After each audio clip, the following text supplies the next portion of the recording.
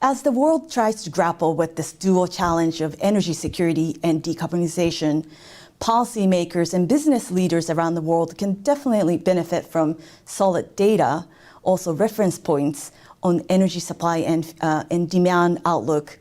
And I am very pleased to be joined by Dr. Ken Koyama, who's a senior managing director and a chief economist from the Institute of Energy Economics Japan, who's a good colleague and a friend of mine. He's here to share with us the top highlights from IEEJ's latest energy outlook that looks at the outlook through 2050, but then also afterwards we'll have some conversation on some of the key energy policy and energy outlook highlights that are on a lot of our minds. So the floor is yours, Ken. Jane, thank you very much indeed for your kind introduction. I'm very happy to share my views on the global energy future based on IEEJ's latest energy outlook. But before doing so, we need to understand how complicated and how difficult and uncertain our energy landscape is. Energy market continue to be very volatile and uncertain. At the same time, we have to deal with serious GHG reduction, and we need to head for the carbon neutrality. But at the same time, we are seeing that the deepening the global divide, and the circumstance that the geopolitical tension is extremely high. And for energy transition, the expectation for advanced technology and innovation is very high. And that said, that there are lots of uncertainties. But to deal with uncertainties, as Jane pointed out, the reference point is very important for energy policy planner, energy industry executive. So that's why IEEJ continued to make an annual exercise to produce outlook towards global outlook, energy outlook towards the year 2050s. That last year's our latest outlook has two regular scenarios. One is a reference scenario, which is a kind of business as usual future. The second scenario is advanced technology scenario. We call it ATS, which assumes a maximum introduction of energy-related technologies. So it's a kind of a bottom-up approach and forecast analysis, and which is contrast to the backcast approach, which is employed by NZE scenario by IEA. But I should say that both backcast and forecast is useful for policy planner, but sometimes the backcast approach need to be very carefully considered because of the possible existence of the gap between the reality. And the latest outlook also includes 4 highlights. One is a cost minimum approach of carbon neutrality in ASEAN countries. And second one is the importance of LNG in energy transition. And third one is a vehicle electrification and critical mineral issues. And fourth one is a negative emission technology. But for the sake of time, I will also briefly touch upon the first 3.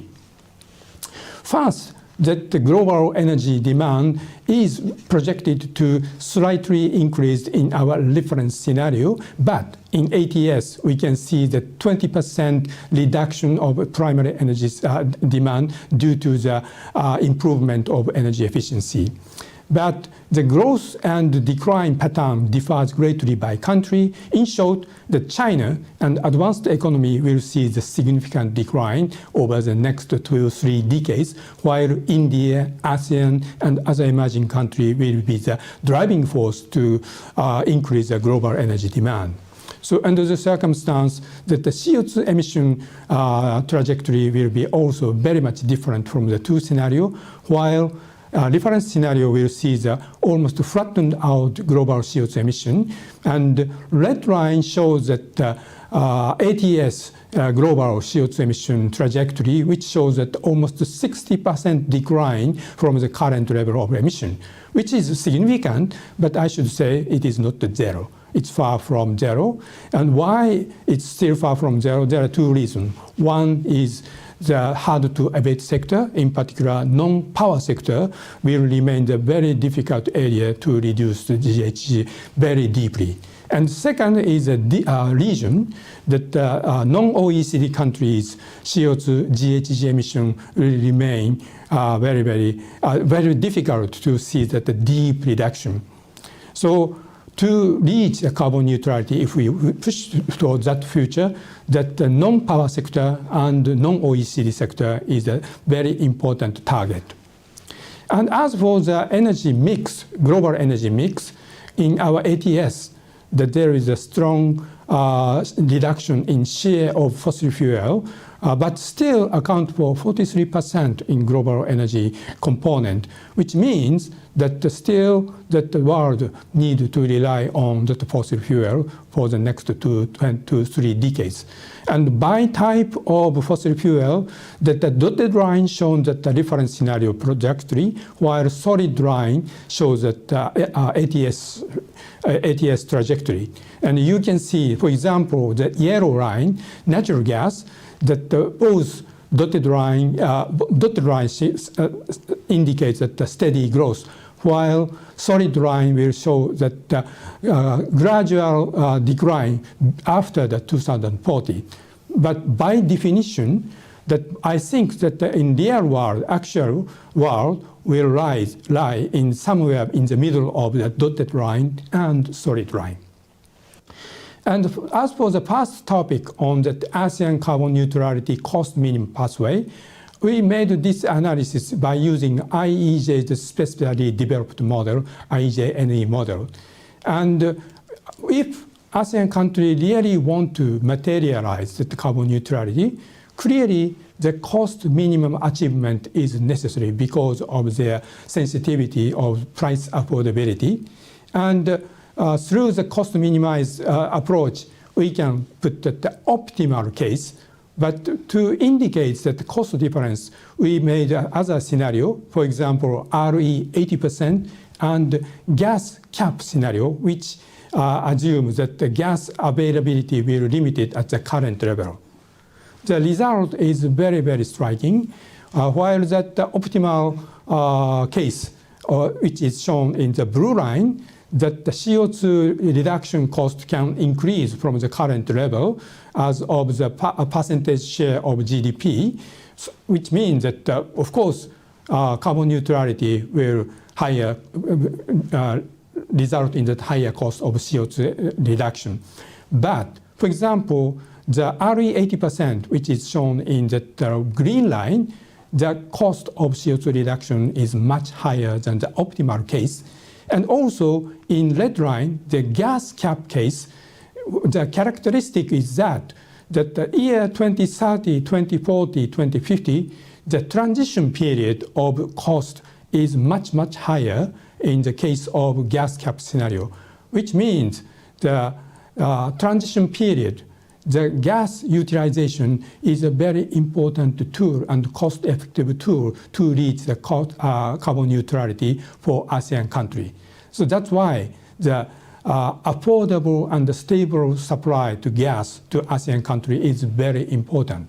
So under the circumstance that the IEEJ made a calculation of requirement for global LNG capacity, the line shows that reference case and ATS scenarios global LNG demand, and the bar graph shows that existing and FID that LNG capacity. As we all know that the depletion of existing LNG capacity is imminent, the gap between the demand and supply should be met by the new investment. According to our analysis, in average, 8 to 18 million tons of LNG capacity annually up to 2050 is necessary. So at this point, that I should say that the recent decision made by United States to pause the present permit may create a possible uncertainty over the future of LNG market. This slide also indicates that the very interesting topic of vehicle electrification in comparison of internal combustion engine and plug-in hybrid and battery EVs by using that well-to-wheel approach. In terms of GHG emission reduction, plug-in hybrid and battery EV is not so different.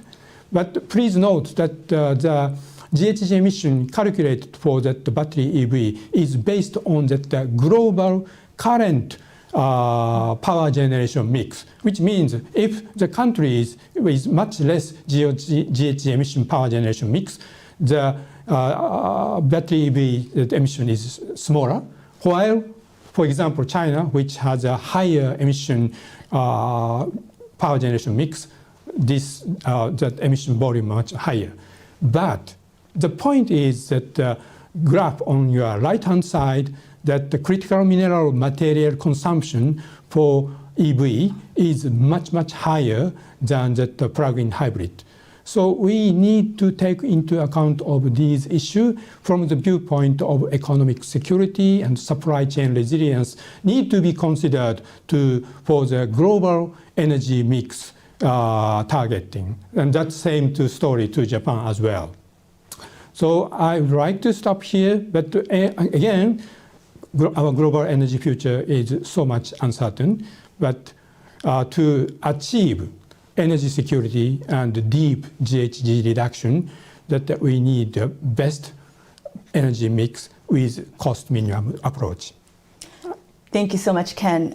My pleasure. The IEEJ has been doing this for at least 20 years, and I always appreciate how you really have a deeper dive into Asia market or Yes. the whole region. That is really one of the global centers for economic development, but then also energy demand, also the attendant greenhouse gas emissions growth. So it's really useful to have closer look, and ASEAN, and then also both OECD Asia and non-OECD Asia. But one of the highlights from your presentation was the role that the natural gas Yes. plays in the energy transition, and you couldn't have come to Washington at more timely. Exactly. Timing in sort of a energy policy discussion that we always have around the 24/7, but. Several weeks ago, the U.S. government has paused approvals for new LNG projects to non-FTA countries.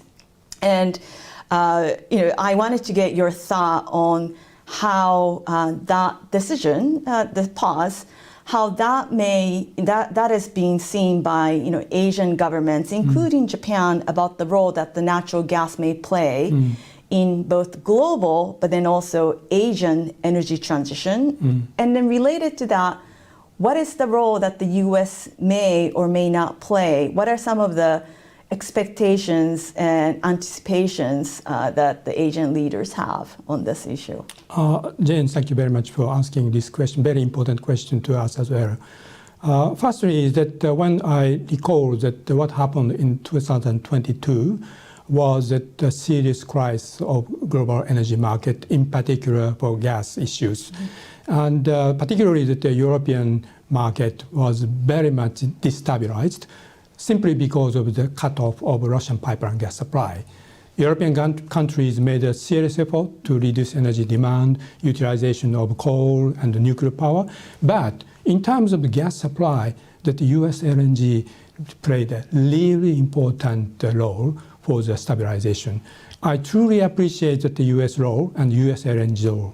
From the viewpoint of European allies and the Japan, that the US is viewed as a really reliable supplier to our nations. So having said that, now we are seeing the more stabilized gas market. Prices coming down, although not cheap, but coming down. And we are also seeing that increasing LNG capacity, again, thanks to the US LNG capacity. Many people suggest that up to 2030, there is a possibility of surplus. But again, as I shown in my slide, in the longer term, gas needed to play, in particular in the developing Asian country, and also for Japan as well. And for the longer term, that investment continue to be very much required. So under the circumstance, I think that the recent decision may pose a new kind of concern or question about the role of US LNG. Of course, to me and to Japan, U.S. continue to be the very, very reliable supplier. But in the long term, we may need to ask questions about the possible, again, that seek for the diversification for other sources as well. For example, Canada, Australia, or even Qatar. So I think that this is a recent decision probably made by or driven by the domestic political issues, but it has a really that international implication, including that allies to the United States. And it's interesting to also hear voices from the transatlantic side. I think there are several dozen European policymakers that actually applauded this pause. Of course, there are a lot of European stakeholders, industry players that are concerned about the potential supply shortage. But I think within Asia, I haven't really noticed people applauding this pause. And I think one of the sort of a data points is sometimes those that are that do find this pause to be timely from the environmental perspective, climate perspective, is some of the scenarios that are probably driven by sort of a backcasting. And when we think of all these contributions that the outlooks make, long term, what do we make of the sort of the I guess some divergence between the immediate market trends that we're seeing. For example, IEA's latest gas market analysis, said the demand has been pretty strong for the first quarter, but the longer term outlook suggests different picture. The oil and gas demand may peak by 2030. So I don't know exactly how to follow from point here to point there, but then also looking at your outlook, there are different sort of two different pictures that are painted. So how do we make of these the implications and impacts of these outlooks on policymaking? Again, that I'd like to come back to the point that both the backcast and forecast approach can be useful for the decision makers. For example, that backcast approach has a clear indication what should we do to reach that aspirational goal. And that's a very important tool, very powerful tool. But the potential issue for this is, in reality, there is always a chance of diversion or deviation from the aspirational pathway and realities. And energy is an essential commodity for everybody, including developing country and developed country, and in particular for the developing countries, that the affordable supply of energy is really essential. So having understanding that the possibility of deviation between the aspirational pathway and reality, we need to consider always a kind of strategic plan B. And that's why that I think that both backcast and forecast approach should be used wisely. Thank you. Really appreciate your comment. Very thoughtful. Another thing that I wanted to get your thoughts on is the role of clean energy technologies. And I think, for in the interest of time, you focused on electric vehicles or the electrification of transportation sector and critical minerals. But I wanted to get a little more thought from you about how things like negative emissions technologies, CCUS, how that is, what role they will play, and you've been doing this for a couple of decades, and for example, compared to some of the highlights on those technology pieces from last year's version and this year's versions, are there some key sort of differences or developments that we should be mindful of? And related to that, what are some of the clean energy technologies and negative emissions technology outlook that may be different between, when you look at just, Asia level, regional level, and then the global level outlook? This is a rather difficult question to answer, but I would like to point out that without the contribution of innovation, including negative emission technology and clean energy investment, we cannot reach to the carbon neutrality. No way. And it is very clear. For example, CCS, CCUS, or direct air capture, or even that the CO2-free hydrogen. Without these, we cannot reach to the carbon neutrality. But at the same time, as years pass by, we understand the challenge to introduce these innovative technology because of the high cost, because of the need of infrastructure and everything. But at the same time, in the last 2 years, we are seeing that the government are very keen to promote these innovation because the winner of these innovation will be the very strong advantage for the next 20, 30 years. So under the circumstance, each nation is very much interested in promoting the industrial policy. IRA, Japan's GX, and all these are very eyeing at the success of innovation by using the clean energy technology. I think it's a very, very interesting time for us. We remember that 50 years ago, that the first oil crisis happened and industrial nation suffered a lot. But after these suffering, that the new technology, that the new industry emerged, and the last half century, the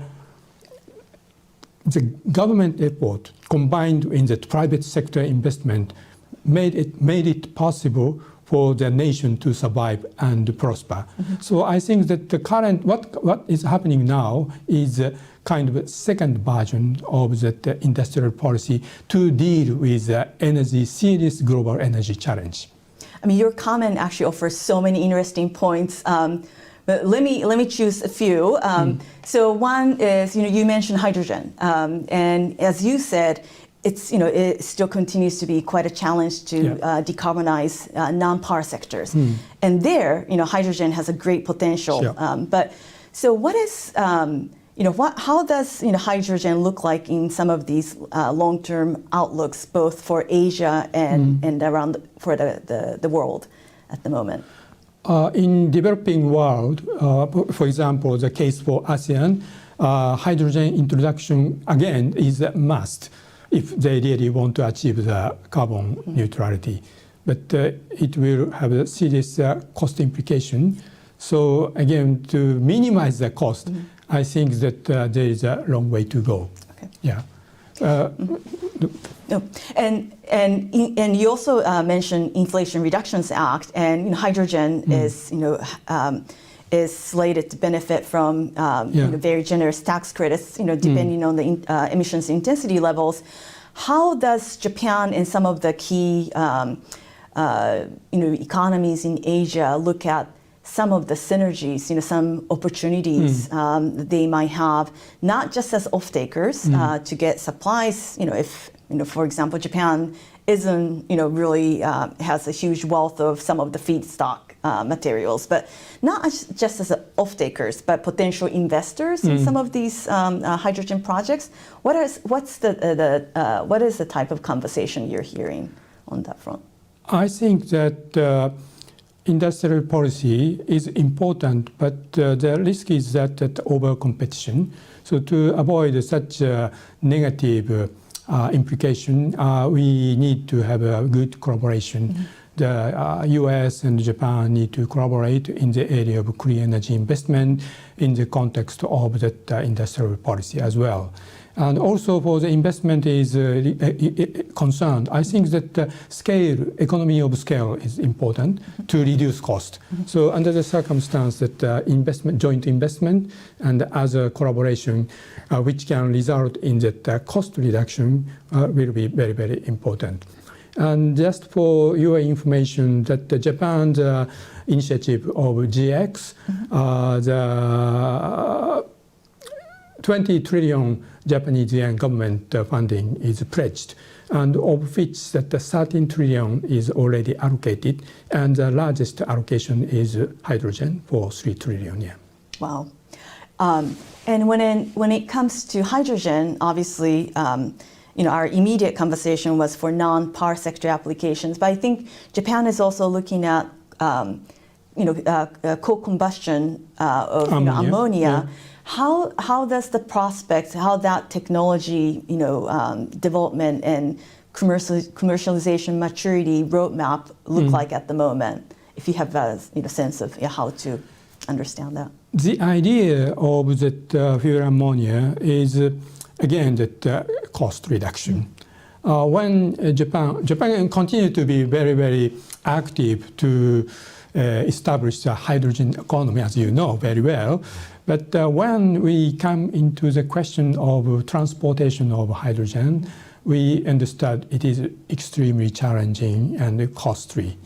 So to minimize the cost of these CO2-free new fuel, idea is that we can best utilize the existing infrastructure.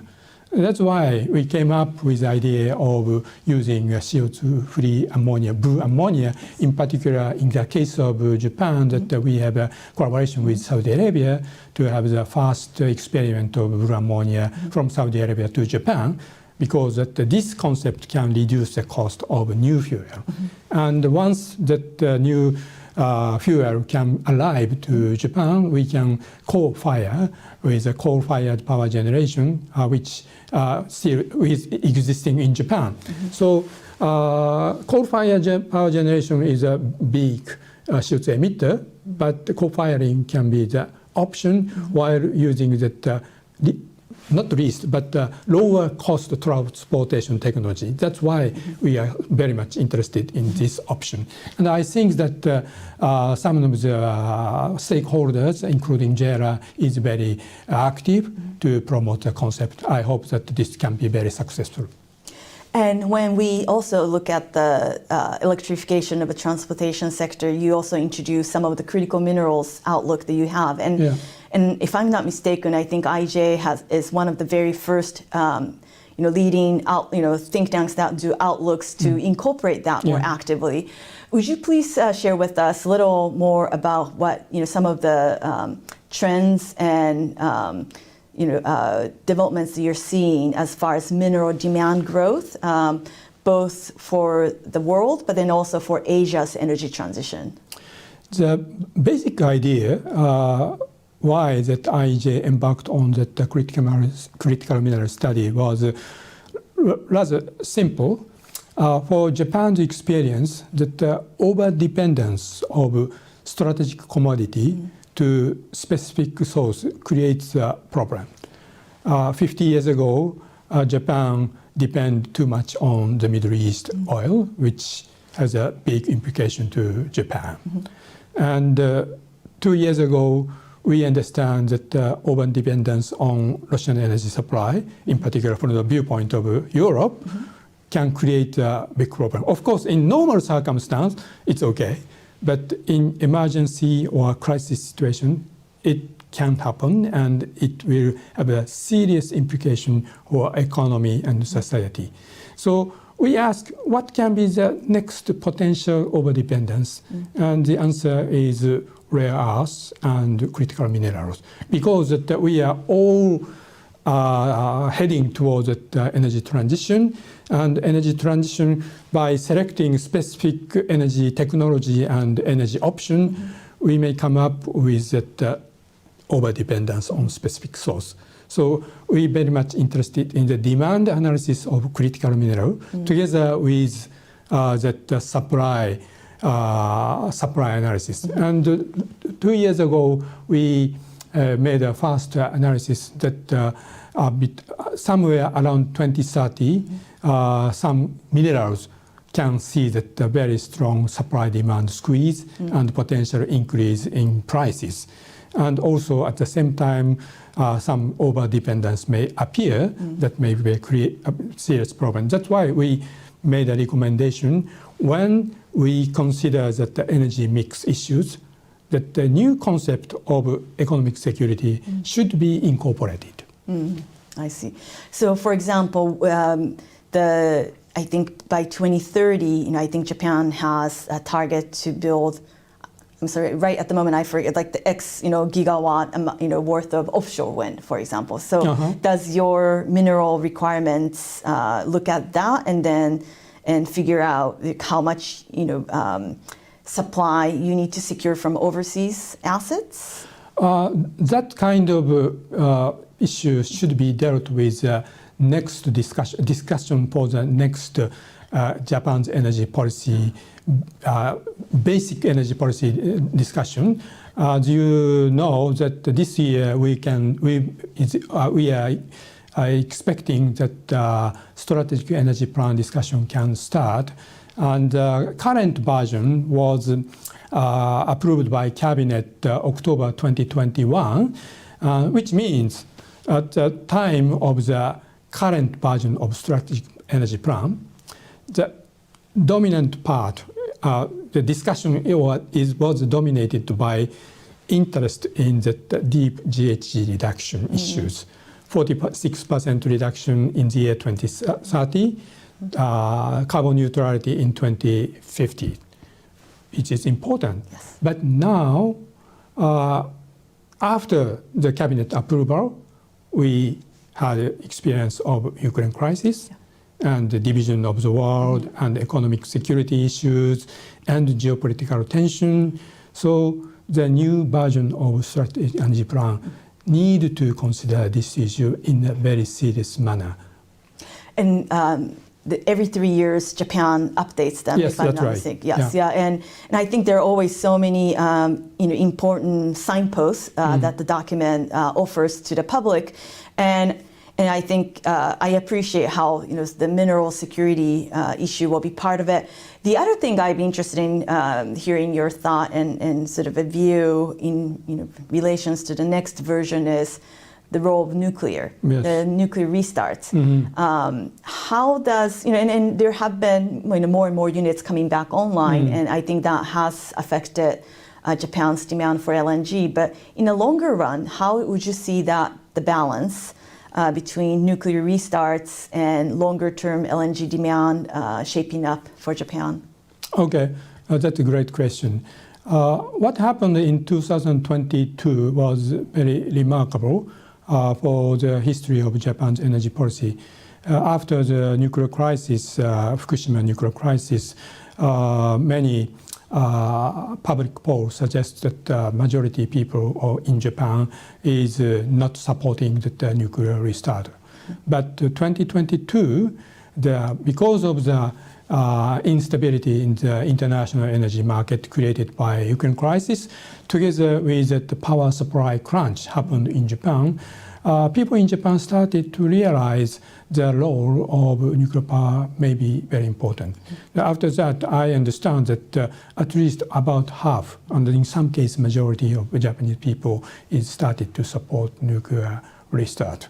And also the best utilization of existing nuclear facility can be that probably most cost-effective way to reduce CO2 and improve that energy self-sufficiency and reduce electricity cost. Of course, we need that enhanced safety and secure that the public acceptance of local and Japanese people as a whole. And recently, we had a very big earthquake in Noto Peninsula of Japan. And because of this big earthquake, again, that nuclear safety issue is seriously discussed. But if we can overcome these serious challenges, I think that the nuclear need to play a very important role in our energy mix. Probably that will be another big important point for the next round of strategic energy plan discussion. And when we, even looking at the COP28 pledges, there are some that are very much part of the things that governments went in expecting, and then others there more that gain more momentum than perhaps some of us anticipated. I thought the tripling of nuclear capacity was one of them, and in many countries, nuclear is still seen as something that could provide both energy security and decarbonization benefits. But the number, I mean, the commitment is a pretty big, high number. But I'd be very much interested in sort of hearing how the Japanese government, plans to articulate what Japan may be doing in that context. And just to probably push you a little more on the LNG demand. As it relates to the nuclear restarts. Any major sort of signposts between the short-term and long-term LNG demand because of the pace and the scope of nuclear restarts that we should be aware of? Clearly, the pace of nuclear restart is accelerated. I think that Japan's appetite for LNG will continue to decline. It's clear. But at this point, that I'd like to make some important point is as follows. I talked about that gap between the aspiration and reality. In our strategic energy plan, the government need to mapping out that our aspirational energy policy goal. So we need to expand the use of renewable power generation, and we need to maximize the use of nuclear, and also we need to promote the very strong energy efficiency or energy saving. That's fine. Under the circumstance, I think that the LNG demand will be decline. But in reality, I am not sure how much that the renewable energy can be expanded, and how much nuclear restart can be materialized. And there is a probability that the energy efficiency improvement is not as high as expected. So under the circumstance, there's a gap between the aspiration and reality. And this gap should be met by fossil fuel, in my view, and in particular, LNG.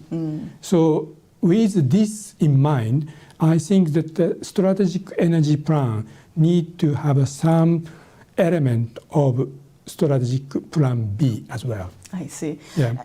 It's almost like you read my mind, and I've been trying to incorporate all these questions that are coming from the audience, online audience, and one of them was actually about energy savings, efficiency, the role, because Japan, it has been always looked up to as a country that's been quite successful in energy efficiency measures and so forth, and I think as we also look at the demand side, not just the supply side of the equation. I would think that there are a lot that Japan can probably share with many other countries in this regard. But you did talk about how as much as we try, sometimes the reality may be the reality may outpace where we wish we were in that sense. For Asia overall, though, what's the scope of efficiency measures you think that's been implemented? Are we generally on track, globally, but then as far as Asia goes, when it comes to looking at the demand side of energy economy? I should say that their effort is on track, but I need to say that the global goal to doubling the pace of energy efficiency promotion can be extremely challenging for every country, but also developing Asian countries. I think that it is truly hard challenge for. And one thing that I'd like to add in terms of the energy demand, in particular power demand, is potential growth area of power demand from data center or semiconductor. In Japan, there is lots of debate how that we should make analysis on the future electricity demand We have the new construction of semiconductor facilities and data center, digitalization. Everything seems to suggest that we may have a large jump in the power generation. So of course, that we should promote the energy saving and energy efficiency measures, but at the same time, we are seeing that the new element to increase the energy and power demand. And again, that may lead to the bigger gap for the aspirational goal and reality. That's actually interesting because we have just started at the CSIS energy team research into what some of these advanced manufacturing and also things like EV battery manufacturing may mean for U.S. Energy demand, consumption, energy bills, how much, but then also we have abundance of natural gas. Like how does it interact with the gas supply? It's something that we're also interested in, taking a deeper look into. So maybe we can collaborate more on this front. But last, let me ask you a question. This is actually something several people ask me similar questions. So let me just bundle this up. For the U.S. audience, how would Japan's approach to addressing this dual challenge of energy security and decarbonization, how could that be different from the way we look at the U.S., but then also how other, the OECD economies, I mean, Japan just had a successful G7 last year and highlighted a lot of key factors that go into addressing this dual challenge. But it's in this region with a lot of energy hungry, a lot of sort of younger economies. So as we, cooperate with, trans-Pacific partners, including Japan, how do we understand some of the underlying concerns you have as you try to tackle this dual challenge? The first point that I would like to make is U.S. is really an energy-rich country from the viewpoint of Japan. On the contrary, Japan is a very energy-poor country. We don't have any oil resource, gas resource, coal resource. But really, from the Japanese, that I embrace that U.S. situation. You have plenty of energy resource and plenty of supply and a very strong industry base. But at the same time, Japan has a technological development and also that a very strong industrial base. So we can cooperate using our own advantage. And also as an ally, not only in the area of energy and climate, but also overall ally that we can work together to make a sound development in that Asian energy market. And that will be very, very helpful for both countries and for the world, because that global CO2 emission comes mainly from developing Asia. I think that working together, not only just for US and Japan, but for entire Asia and Pacific, I think that will be very, very helpful for the world, in particular in the area, in the divided world. Well, thank you so much, colleagues, for joining us. It was my pleasure to host Dr. Ken Koyama from IEEJ, and a lot of important highlights from their outlook, but then a lot of conversation around policy issues that are very much on the minds of many of us. Thank you again, and please stay tuned for our future programs.